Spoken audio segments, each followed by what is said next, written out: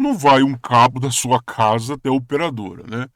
É natural que da sua casa vai sair um cabo que vai até um tronco de multiplexação, no qual ali vários elementos próximos a você estão indo para essa mesma caixa de multiplexação de usuários. E dali sai um cabo indo até o operador ou a um tronco maior, que seria então essa comunicação aí de múltiplos usuários em um tronco de comunicação, beleza?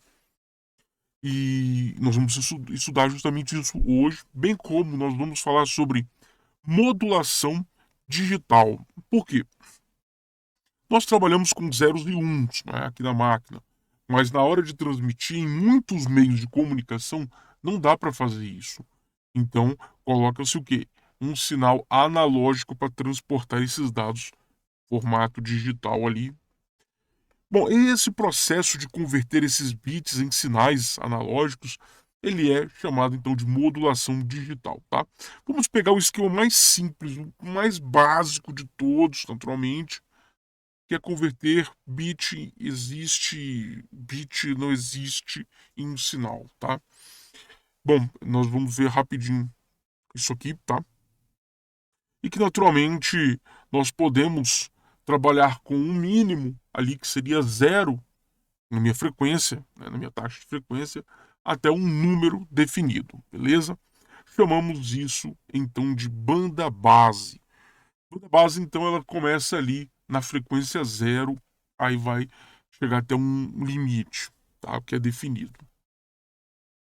Bom, e naturalmente, né, depois de considerar toda essa amplitude, nós vamos descrever como que é essa onda. Então vamos lá. Aqui, por exemplo, olha, de zero eu estou transmitindo, tá? Isso aqui é a banda base, né? Começa aqui em zero. Já a banda passante, ela começa aqui mais para frente, vai até o limite que eu consigo naquele canal e para de transmitir. Repare que a banda passante, ela consegue transmitir mais dados que a banda base, tá? Mas a banda base, ela vai ter um papel fundamental na nossa telecomunicação. Espera aí, vamos chegar lá. Então, basicamente, nós temos um transmissor que pega um sinal, coloca num canal, o canal sofre interferências e ruídos. Quando chega até a outra ponta, é passado por um aparelho chamado passa-baixo.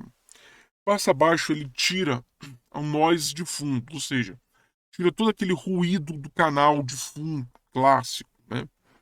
E aí eu regenero o sinal. Só para você ter uma noção, na imagem abaixo, olha como o sinal chega torto lá e como ele acaba sendo compreendido pela máquina aqui em zeros e uns, beleza? Então quer dizer que, da forma mais simples possível, podemos, através de um sinal, ter um zero e um, beleza? Vamos falar de multiplexação. Multiplexação, imagine que é o seguinte, né? Eu tenho aqui um tronco de comunicação que aceita aí 3.000 kHz, 3.000 kHz, 3 kHz, tá? Mas a sua voz humana não passa de 300 Hz. Repare que da sua casa sai um fio até o tronco e você está falando ali algo em torno de 300 Hz no máximo. De 0 a 300 Hz no máximo, tá? Cada um dos três clientes.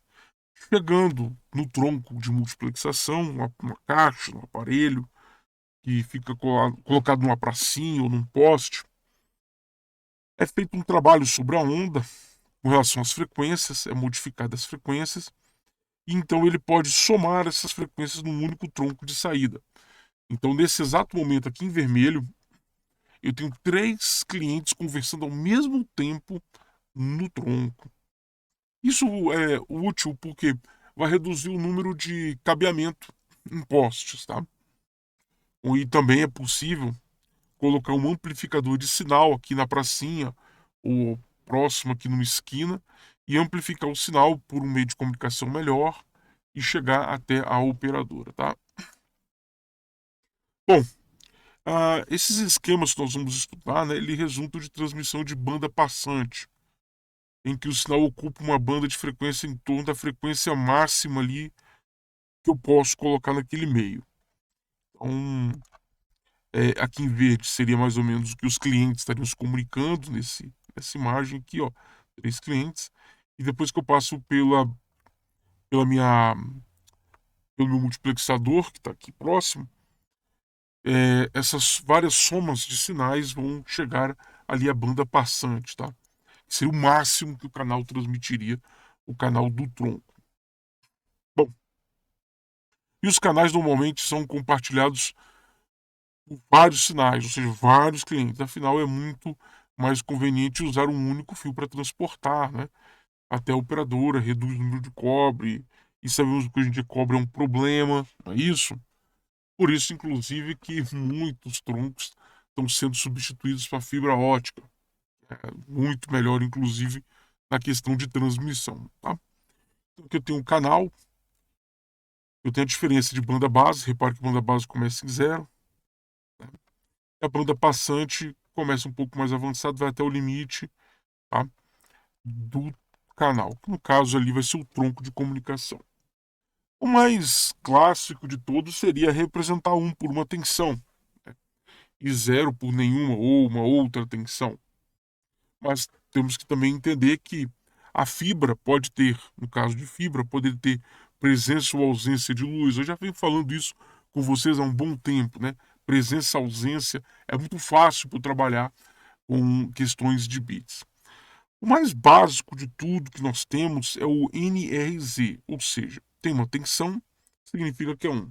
Não tem tensão, é 0. Então vamos lá. Vamos imaginar que eu tenho um fluxo de bits aqui, ó. 10000101111, tá bom? E aí eu quero transmitir esses dados. O mais básico de tudo é 1 tem, então alto, sinal positivo. 0 não tem sinal, não tem carga no fio. 1 tem carga no fio, 0 não tem carga no fio, 1 tem carga no fio. Bom, o grande problema, tem alguns problemas isso, tá? O principal de todos vamos lá, eu teria que medir tempo. Repare, 1, 0, 0, 0, 0. Já passou quantos tempos aqui? 1, 2, 3, 4. É muito difícil eu sincronizar o tempo entre as máquinas. Ou seja, quer dizer que nesse modelo NRZ, eu teria ali, segundo o livro, algo em torno de 15 tempos, a probabilidade dele virar 16 tempos. Eita, prela, como assim? A máquina que está enviando passa 15 tempos e a máquina que está recebendo conta 16 tempos. Então injetaria um 0 a mais na brincadeira, o que seria um grande problema, tá? Esse modelo é o NRZ, beleza? Vamos dar uma olhada aqui rapidinho. Nos próximos slides eu vou descrever melhor, tá? Mas eu quero mostrar para vocês alguns outros tipos de codificação aqui, ó. Por exemplo, eu mudo o sinal aqui, ó. Mudei o sinal. Aí 0 não muda o sinal, 0 não muda o sinal, 0 não muda o sinal, 1 eu mudo o sinal. Aí 0 não muda, 1 eu mudo o sinal. 1 eu mudo o sinal, 1 eu mudo o sinal. Entenderam como é que funciona o NRZI? Sempre que eu tenho 1, eu mudo. Tá? Então, isso é uma forma, tá? No caso do Manchester, imagine que eu preciso de um clock. Legal, que aí já dá para você colocar a ideia de clock, de sincronismo. E no próprio Manchester eu consigo passar dados e clock. Ou seja, eu consigo sincronizar e passar dados no Manchester. Por isso que é muito bom, tá, esse tipo de codificação. Isso aqui entende-se como 1. Tá? Entende-se como 1. Tá? Então vamos lá. Ó, 1 com 1 vai ser igual a caída 0. Caída aqui é 0. Tá? Ah, legal. É Shor. Lembra do Shor? Né? Se você não sabe, nós temos um curso aí de lógica matemática. No curso de lógica matemática explica essa questão de OR, AND, SHOR. Então, no caso do SHOR é 0, 0, resultado é 0. 0, 1, resultado é 1. 1, 0, resultado é 1. E 1, 1, resultado é 0. Tá? Então, ó, 1 subindo com 0 vai ser 1 subindo aqui também. Então, se você olhar no código Manchester, eu consigo passar os dados usando o SHOR e também, naturalmente, clock. Tem uns problemas aí que ele precisa de um pouco mais de sinal para transmitir tudo isso, mas tudo bem. E o bipolar sempre tem uma mudança de voltagem quando é 1. Aí ele fica variando a voltagem. Fica variando a voltagem. Então eu sei que passou 1. Tá? Bom, vamos lá. NRZ é um bom ponto de partida, afinal é idiotamente simples e idiota, né? É 1 tem carga, é 0 não tem carga. Tudo bem? Um bom ponto de partida. Coisa simples. E esquemas muito mais complexos podem converter bits também tão bem quanto existe ou não existe. Tá? Bom, esses esquemas são chamados de código de linha.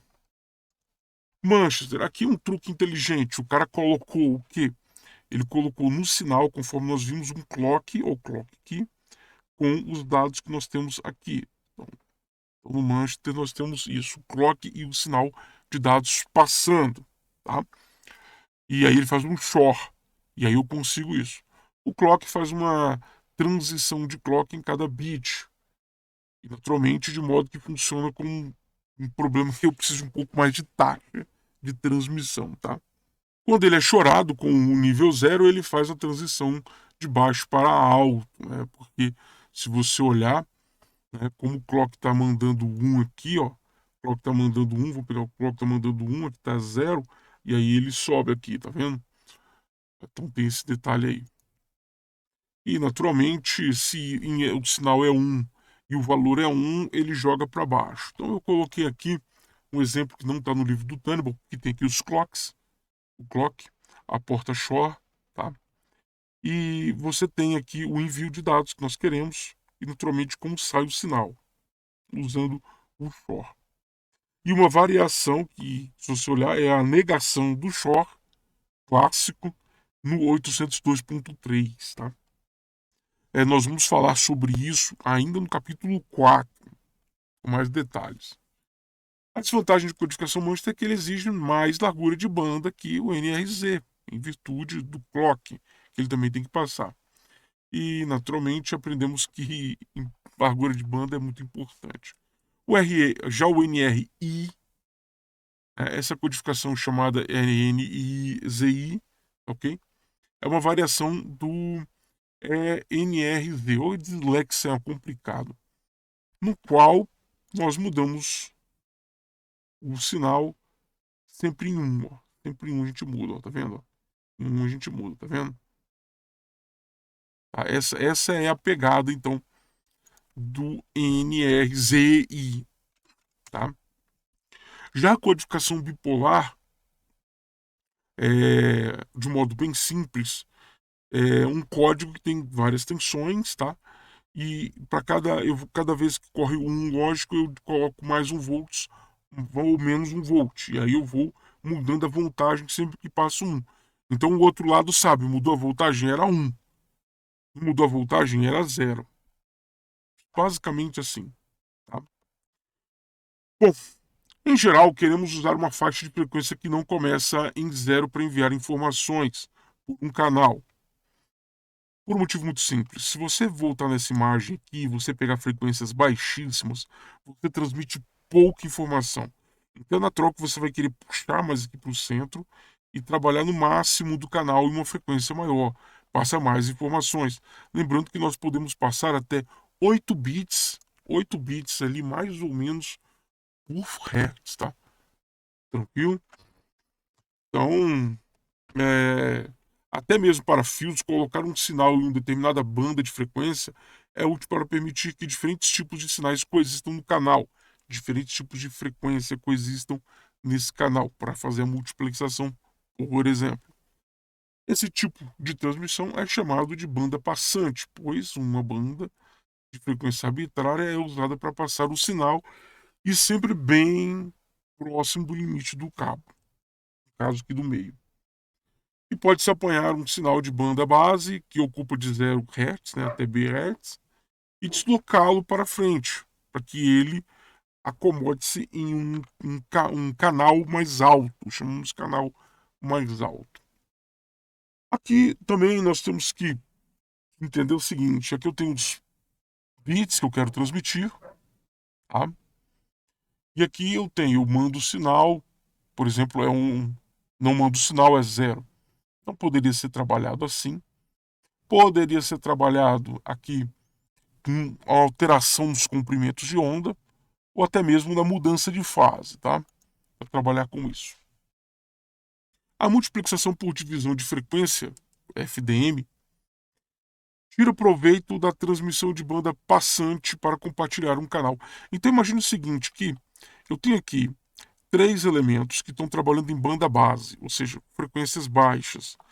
E é natural que eu possa pegar essas 3 frequências, né, movimentar elas em canais mais à frente de frequências, de tal forma que eu uso mais próximo do limite do canal. Eu mudo a frequência. Então, isso aqui é chamado de FDM. Basicamente, eu vou dividir os espectros. Então, olha só, eu tenho canal 1, canal 2, canal 3, tá? São 3 clientes. Depois, se você reparar, eu pego o canal aqui e eu avanço ele para frente. Eu pego esse canal aqui de 300 a 3600, eu avanço para frente. Depois eu concateno todas essas frequências e eu reparo que eu consigo colocar ele em um tronco de comunicação, 3 clientes ao mesmo tempo para se comunicar. Então, no modelo de FDM, os meus 3 clientes conversam ao mesmo tempo. Mas em FDM, eu tenho que entender que nenhum dos meus clientes utiliza 100% do canal. Eles utilizam naturalmente uma pequena parte do canal, mas continuam transmitindo de forma contínua. Tá?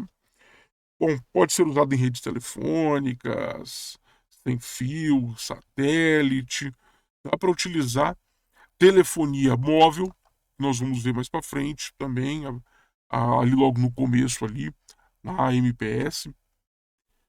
Bom, e eu tenho um outro tipo de multiplexação utilizado para conseguir boa taxa de transmissão, que é a O na frente FDM, O é ortogonal, Frequency Division Multiplexing. A largura de banda do canal ela é dividida em múltiplas subportadoras que enviam dados independentes. Eu não precisaria de concatenar elas. Independentemente, eu conseguiria colocar uma sem a outra, tá? Lembrando que é possível implementar OFDM de modo eficiente, por exemplo, em uma série de Fourier normalmente, tá? Ou seja, eu consigo colocar ela em uma onda analógica. E OFDM é utilizado no 802.11, capítulo aí, e naturalmente celulares, quarta geração, que nós vamos discutir isso aí lá no capítulo 4. Tá?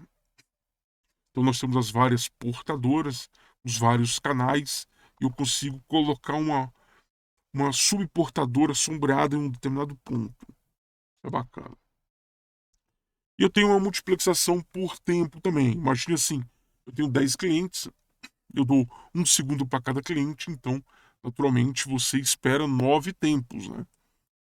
Bom, nós vamos ver que a divisão de tempo, cada elemento possui, quando ele tem sua chance de transmitir, ele possui 100% do tronco. Nós vamos ver também que muitos esquemas de telefonia vão migrar para o TDM, vão sair do FDM para o TDM. Não é porque o TDM é melhor que o FDM, nós temos que compreender que no TDM eu tenho uma resposta a alguns problemas clássicos do FDM. Problemas esses que envolvem a relação de número de clientes para número de canais FDM. Canais FDM não podem ser redimensionados, pense assim. Então é natural que eu não posso, isso aqui eu tenho no máximo 3 slots ali, eu só posso ter 3 clientes. Se eu tiver 4, eu já tenho um problema. Se eu tiver 2, eu já não estou usando todo o recurso. Nós vamos discutir bastante isso no capítulo 4, tá? O capítulo 4 é um capítulo muito complexo, tá? É um capítulo muito complexo. Os bits de cada fluxo de entrada são apanhados em um slot de tempo e enviados naturalmente num fluxo agregado de muitos outros clientes que estão se comunicando, tá? E isso é bacana porque eu consigo colocar mais clientes do que eu tenho possibilidade em um canal. Imagina que nesse canal eu teria a possibilidade de colocar 5 clientes conversando bem. Eu coloco o sexto e todo mundo conversa mal, mas todo mundo conversa. Tá entendendo o impacto disso nas telecomunicações, né? Até o nosso próximo vídeo. Até mais. Tchau.